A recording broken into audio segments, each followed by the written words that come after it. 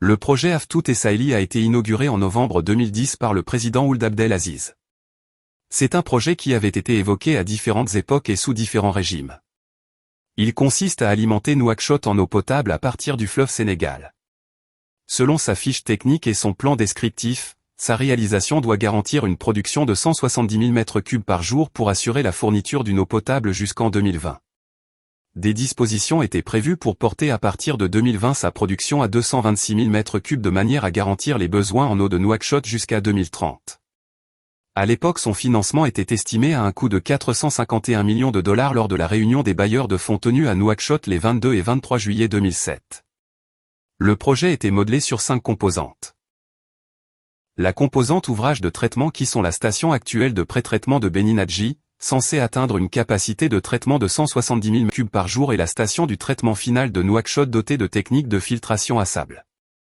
Une composante regroupant les stations de pompage, les lignes électriques, la station d'Exor, la station de pompage de Nouakchott montée pour refouler l'eau potable en direction de la tête du réseau de distribution de Nouakchott, une ligne électrique aérienne de longue de 50 km, 2 lignes électriques de 33 kV longues de 10 km et un câble enterré long de 13 km.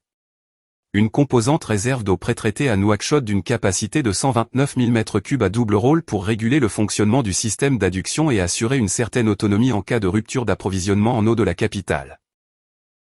Et enfin la composante conduite de transfert de l'eau potable et un réservoir de 5 000 m3. En comparaison avec le volume financier de son coût, on n'a pas besoin d'être un ingénieur en hydrogéologie pour se rendre compte que ce projet, dès le départ, était mal ficelé, techniquement peu fiable et présentait qu'une multiples qui sont apparus au grand jour après le départ de Ould Abdel Aziz qui, selon certains, avait fait de ce grand projet une opportunité pour s'enrichir ou de se faire enrichir par personne physique ou morale interposée. Bonjour, bonsoir ou bon après-midi selon les endroits où vous êtes et d'où vous suivez cette chaîne, la chaîne du journaliste chroniqueur Mohamed Ould Chigali, la chaîne des intellectuels et des personnalités politiques et publiques de Mauritanie. Quoi qu'il en soit, 15 ans après son inauguration par l'ancien président qui purge actuellement une peine pour sa mauvaise gestion de certains grands projets dans le domaine de l'énergie et de l'hydraulique et 5 années après son départ du pouvoir, le projet Aftout Essaili qui devait en principe résoudre et de manière définitive la question de la distribution de l'eau potable pour tous les quartiers de Nouakchott, la capitale se ravitaille encore et en partie grâce à la nappe phréatique du Trarza, source d'approvisionnement qui, dans la logique, depuis 2010, ne devait jouer que le rôle d'une infrastructure de secours.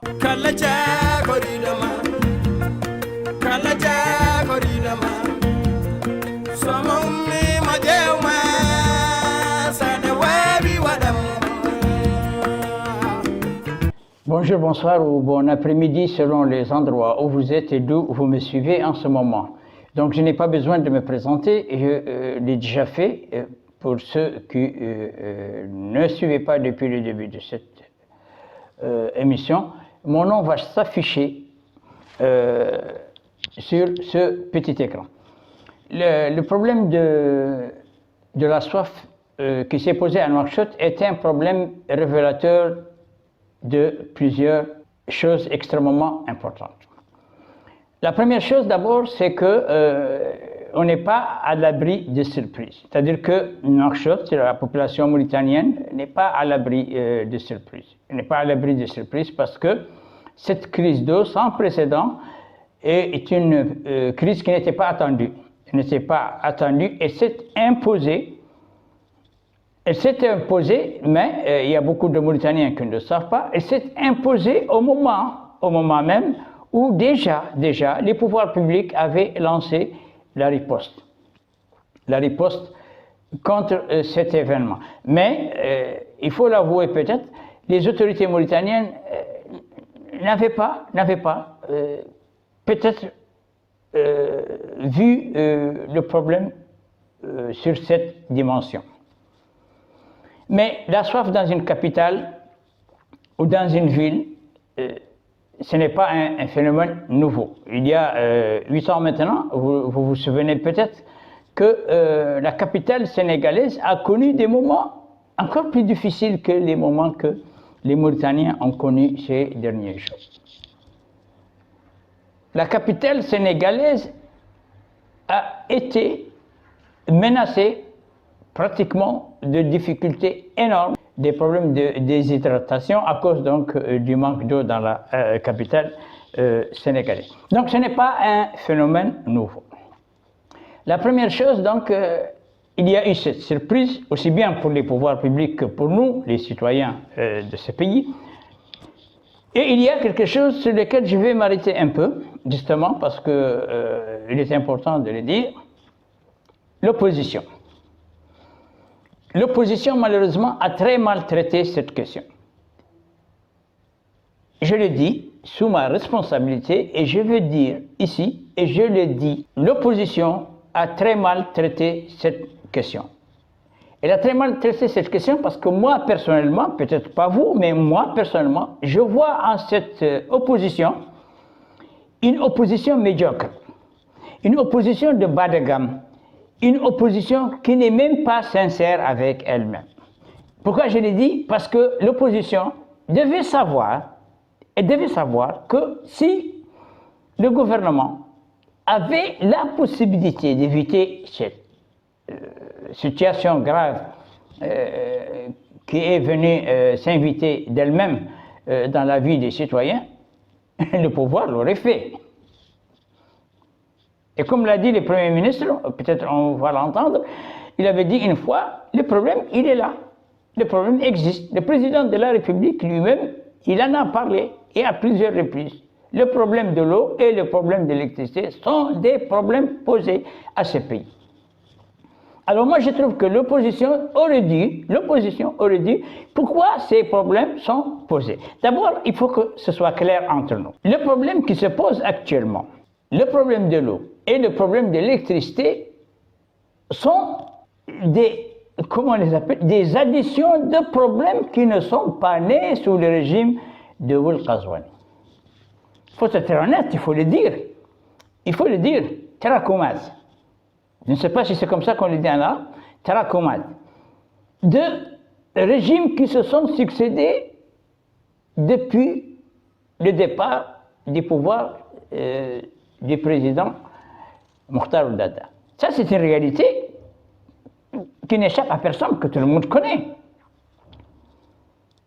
Alors, pourquoi y a-t-il problème? Pourquoi les régimes qui se sont succédés n'ont pas réglé définitivement ce problème?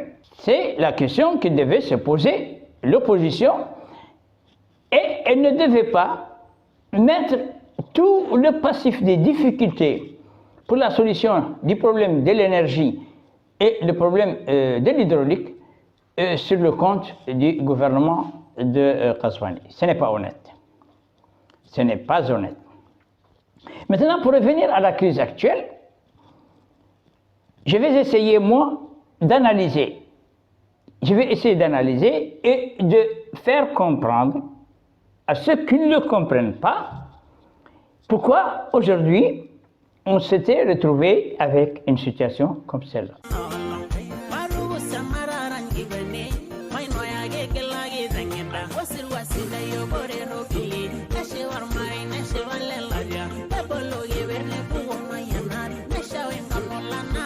Bonjour, bonsoir ou bon après-midi selon les endroits où vous êtes et d'où vous suivez cette chaîne, la chaîne du journaliste mauritanien indépendant Mohamed Ould Chigali.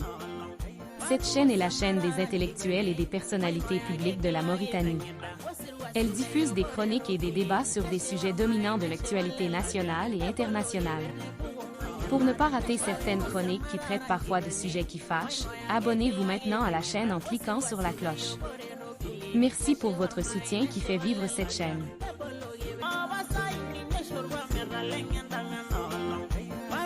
Il faut dire qu'en principe, le projet Aftous Sahli, dont je vais vous faire une cartographie détaillée de ses tenants et des aboutissants tout à l'heure, devait en principe régler le problème des besoins de la capitale Nouakchott en eau et des périphéries de la capitale, et aussi quelques agglomérations qui sont situées sur l'axe entre Kermassen et Nouakchott. En principe, il devait le faire. Et il a joué un rôle important. Il a joué un rôle important, il faut le dire, Et il ne faut pas avoir peur de le dire, jusqu'au moment où il a, comment on appelle, rendu l'âme. Quand je dis rendu l'âme, ce n'est pas le projet qui a rendu l'âme, mais c'est-à-dire ses capacités ont rendu l'âme. Et l'opposition devait se poser la question de savoir pourquoi le projet Artout Sahli a rendu l'âme. Pas rendu l'âme parce qu'il est perdu, non. Parce qu'il ne jouait plus le rôle qui était attendu de lui. Ou il n'a pas joué ou pas pu jouer ce rôle pendant une vingtaine de jours. Ce qui a failli entraîner donc la capitale Nouakchott dans une catastrophe. Le projet Artout Sahli, c'est le projet de Mohamed Ould Abdelaziz. Il ne faut pas avoir peur de le dire, parce que c'est son projet. C'est-à-dire c'est lui qui l'a mis en place, et c'est lui qui l'a fait exécuter, et c'est lui qui en a empoché les retombées par personne interposée ou par société interposée. Cela, tout le monde le sait. Alors, pourquoi ce projet très important a maintenant connu des faiblesses? Pourquoi? C'est la question que devaient les députés qui sont en train de crier, d'aboyer, et les activistes politiques qui sont en train aussi d'aboyer, devaient se poser la question de savoir pourquoi Artout Sahli a lâché, pourquoi il s'est essoufflé. La responsabilité n'incombe pas au gouvernement actuel. Parce que le gouvernement de Ould Bilal et le gouvernement de Mokhtar Ould Ghai, les deux gouvernements qui se sont succédés, et même le gouvernement de Ould Béchir, qui les avait précédés, ces gouvernements, ils connaissent parfaitement bien les tenants et les aboutissants des problèmes techniques qui se posent au projet d'Artout Sahli.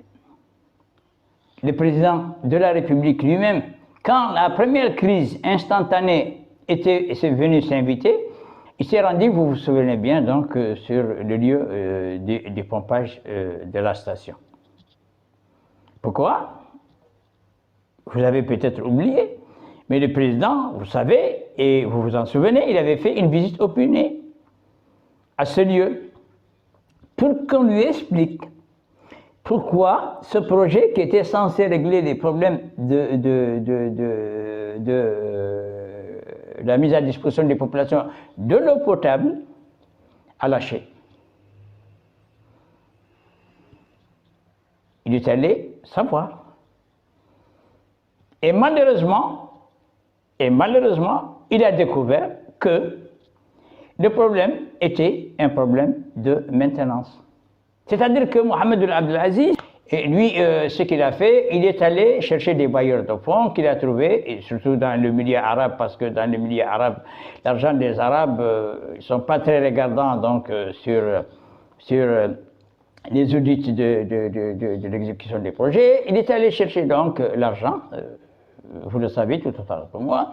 Il l'a fait, mais malheureusement, on a comme l'impression aujourd'hui que ce qu'on appelle les charges récurrentes n'ont pas suivi. Ou si les charges récurrentes ont suivi, les charges récurrentes c'est quoi? C'est peut-être l'entretien et la maintenance des installations, qui ont plus de 10 ans maintenant. Alors, où il y avait les moyens, il était prévu sur le projet, les moyens n'ont pas été utilisés, où il n'y avait pas de moyens du tout pour la maintenance et le suivi du projet, ce qui est plus grave, ça veut dire que nous faisons des études qui sont incomplètes.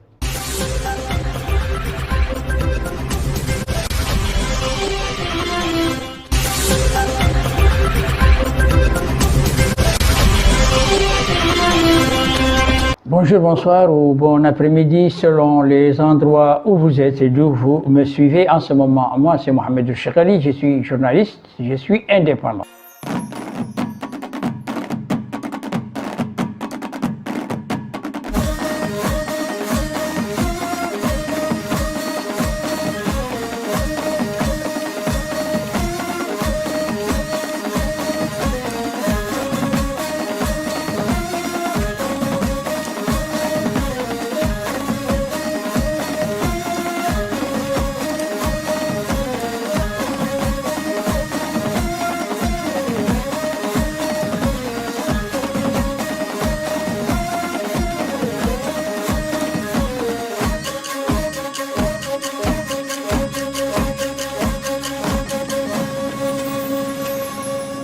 La problématique de l'eau potable en quantité suffisante et de bonne qualité à fournir aux quelques 2 millions d'habitants de la capitale et de ses périphéries qui s'étalent anarchiquement dans tous les sens pose un problème pour le gouvernement de Ould Diaye.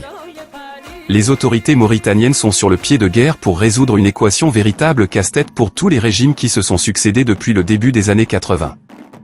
Les pénuries d'eau qui se sont multipliées de manière dramatique et sous des formes inimaginables de ces derniers jours ont plongé les habitants de la capitale Nouakchott dans une crise sociale, ajoutée à une crise politique qui a révélé au grand jour les défaillances et les conséquences dramatiques d'une crise. Véritable casse-tête qui a montré à quel point le département ministériel en charge de la gestion de la problématique de l'hydraulique faisait face à une très grave crise. Cette crise est liée à des mauvaises études de faisabilité, une absence totale de vision de développement à long terme, mais surtout et plus grave encore à l'octroi de marché avec complaisance à des sociétés qui ne maîtrisent pas un savoir-faire adapté aux technologies avancées dans le domaine de l'adduction de l'eau qu'exige l'époque actuelle. Le ministère de l'Hydraulique, malade d'une corruption endémique qui pollue les fonctions stratégiques liées à l'octroi et au contrôle des marchés publics, est-il victime d'une crise interne de compétences ?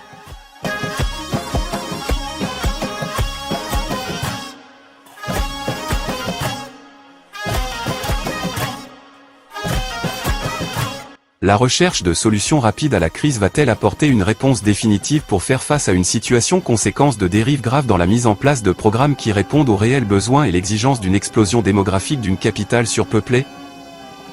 Pour sortir Nouakchott d'une crise sans précédent dans l'histoire d'un pays que le président Ould Abdelaziz et ceux qui l'ont précédé avaient laissé dans les ruines de l'énergie et de l'hydraulique, Ould Ghazouani tenaillé par des vagues de protestations réussira-t-il là où ses prédécesseurs ont échoué ?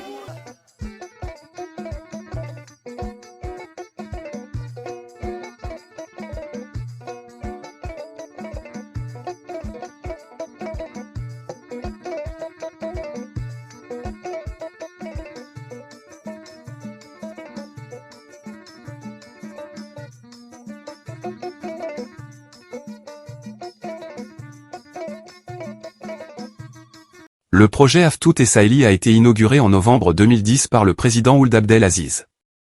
C'est un projet qui avait été évoqué à différentes époques et sous différents régimes. Il consiste à alimenter Nouakchott en eau potable à partir du fleuve Sénégal. Selon sa fiche technique et son plan descriptif, sa réalisation doit garantir une production de 170 000 m3 par jour pour assurer la fourniture d'une eau potable jusqu'en 2020. Des dispositions étaient prévues pour porter à partir de 2020 sa production à 226 000 m3 de manière à garantir les besoins en eau de Nouakchott jusqu'à 2030. À l'époque, son financement était estimé à un coût de 451 millions de dollars lors de la réunion des bailleurs de fonds tenue à Nouakchott les 22 et 23 juillet 2007. Le projet était modelé sur 5 composantes.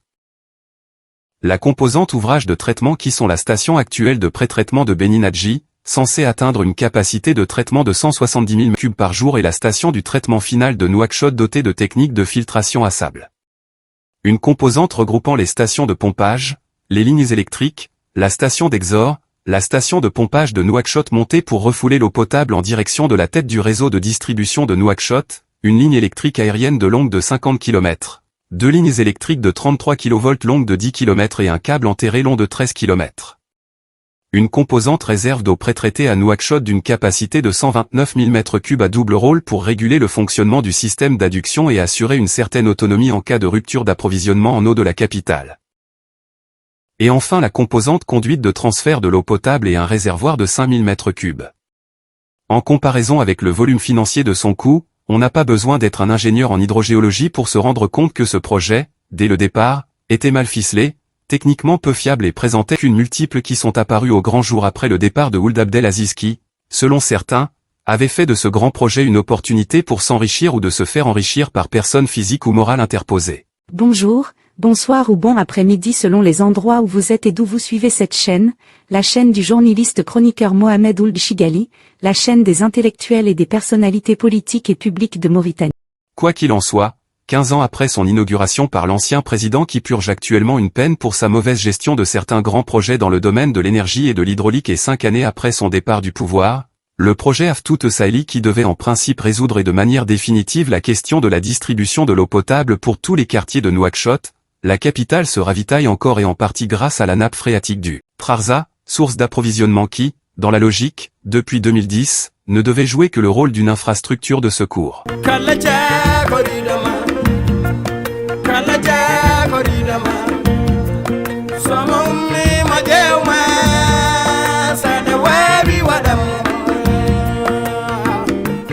Bonjour, bonsoir ou bon après-midi selon les endroits où vous êtes et d'où vous me suivez en ce moment. Donc je n'ai pas besoin de me présenter, je l'ai déjà fait pour ceux qui ne suivaient pas depuis le début de cette émission. Mon nom va s'afficher sur ce petit écran. Le problème de la soif qui s'est posé à Nouakchott est un problème révélateur de plusieurs choses extrêmement importantes. La première chose d'abord, c'est que on n'est pas à l'abri de surprises. C'est-à-dire que Nouakchott, la population mauritanienne, n'est pas à l'abri de surprises. Elle n'est pas à l'abri de surprises parce que cette crise d'eau sans précédent est une crise qui n'était pas attendue. Elle n'était pas attendue et s'est imposée. Elle s'est imposée, mais il y a beaucoup de Mauritaniens qui ne le savent pas, elle s'est imposée au moment même où déjà les pouvoirs publics avaient lancé la riposte contre cet événement. Mais il faut l'avouer peut-être, les autorités mauritaniennes n'avaient pas peut-être vu le problème sur cette dimension. Mais la soif dans une capitale ou dans une ville, ce n'est pas un phénomène nouveau. Il y a 8 ans maintenant, vous vous souvenez peut-être que la capitale sénégalaise a connu des moments encore plus difficiles que les moments que les Mauritaniens ont connus ces derniers jours. La capitale sénégalaise a été menacée pratiquement de difficultés énormes, des problèmes de déshydratation à cause donc du manque d'eau dans la capitale sénégalaise. Donc ce n'est pas un phénomène nouveau. La première chose donc, il y a eu cette surprise, aussi bien pour les pouvoirs publics que pour nous, les citoyens de ce pays. Et il y a quelque chose sur lequel je vais m'arrêter un peu, justement parce que il est important de le dire, l'opposition. L'opposition, malheureusement, a très mal traité cette question. Je le dis sous ma responsabilité et je veux dire ici, et je le dis, l'opposition a très mal traité cette question. Elle a très mal traité cette question parce que moi, personnellement, peut-être pas vous, mais moi, personnellement, je vois en cette opposition une opposition médiocre, une opposition de bas de gamme, une opposition qui n'est même pas sincère avec elle-même. Pourquoi je l'ai dit? Parce que l'opposition devait savoir que si le gouvernement avait la possibilité d'éviter cette situation grave qui est venue s'inviter d'elle-même dans la vie des citoyens, le pouvoir l'aurait fait. Et comme l'a dit le Premier ministre, peut-être on va l'entendre, il avait dit une fois, le problème, il est là. Le problème existe. Le président de la République lui-même, il en a parlé, et à plusieurs reprises. Le problème de l'eau et le problème de l'électricité sont des problèmes posés à ce pays.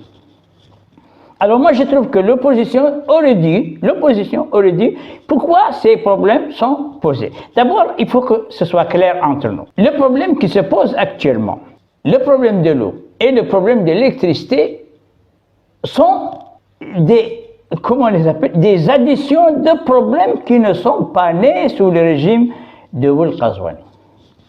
Il faut être honnête, il faut le dire. Il faut le dire, tarakoumaz. Je ne sais pas si c'est comme ça qu'on le dit en arabe, tarakoumaz. De régimes qui se sont succédés depuis le départ du pouvoir du président Mokhtar Ould Daddah. Ça, c'est une réalité qui n'échappe à personne, que tout le monde connaît. Alors, pourquoi y a-t-il problème? Pourquoi les régimes qui se sont succédés n'ont pas réglé définitivement ce problème? C'est la question que devait se poser l'opposition, et elle ne devait pas mettre tout le passif des difficultés pour la solution du problème de l'énergie et le problème de l'hydraulique sur le compte du gouvernement de Qazouani. Ce n'est pas honnête. Ce n'est pas honnête. Maintenant, pour revenir à la crise actuelle, je vais essayer, moi, d'analyser. Je vais essayer d'analyser et de faire comprendre à ceux qui ne le comprennent pas pourquoi aujourd'hui on s'était retrouvé avec une situation comme celle-là.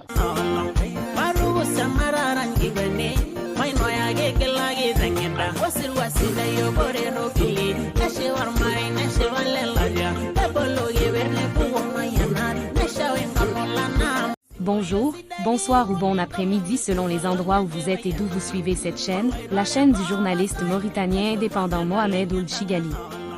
Cette chaîne est la chaîne des intellectuels et des personnalités publiques de la Mauritanie. Elle diffuse des chroniques et des débats sur des sujets dominants de l'actualité nationale et internationale. Pour ne pas rater certaines chroniques qui traitent parfois de sujets qui fâchent, abonnez-vous maintenant à la chaîne en cliquant sur la cloche. Merci pour votre soutien qui fait vivre cette chaîne.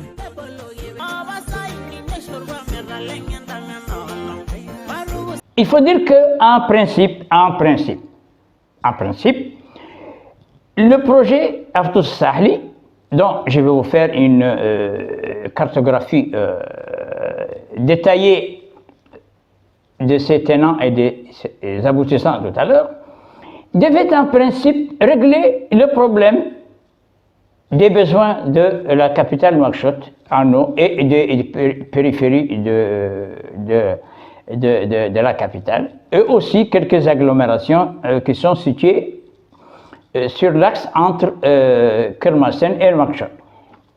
En principe, il devait le faire. Et il a joué un rôle important. Il a joué un rôle important, il faut le dire, et il ne faut pas avoir peur de le dire, jusqu'au moment où il a, comment on appelle, rendu l'âme. Quand je dis rendu l'âme, ce n'est pas le projet qui a rendu l'âme, mais c'est-à-dire ses capacités ont rendu l'âme. Et l'opposition devait se poser la question de savoir pourquoi le projet Aftous Sahli a rendu l'âme. Pas rendu l'âme parce qu'il est perdu, non. Parce qu'il ne jouait plus le rôle qui était attendu de lui. Ou il n'a pas joué ou pas pu jouer ce rôle pendant une vingtaine de jours. Ce qui a failli entraîner donc la capitale Nouakchott dans une catastrophe. Le projet Aftous Sahli, c'est le projet de Mohamed Ould Abdelaziz. Il ne faut pas avoir peur de le dire, parce que c'est son projet. C'est-à-dire c'est lui qui l'a mis en place, et c'est lui qui l'a fait exécuter, et c'est lui qui en a empoché les retombées par personne interposée ou par société interposée. Cela, tout le monde le sait. Alors, pourquoi ce projet très important a maintenant connu des faiblesses? Pourquoi? C'est la question que devaient les députés qui sont en train de crier, d'aboyer, et les activistes politiques qui sont en train aussi d'aboyer, devaient se poser la question de savoir pourquoi Aftous Sahli a lâché, pourquoi il s'est essoufflé. La responsabilité n'incombe pas au gouvernement actuel. Parce que le gouvernement de Ould Bilal et le gouvernement de Mokhtar Ould Ghai, les deux gouvernements qui se sont succédés, et même le gouvernement de Ould Béchir, qui les avait précédés, ces gouvernements, ils connaissent parfaitement bien les tenants et les aboutissants des problèmes techniques qui se posent au projet d'Aftous Sahli.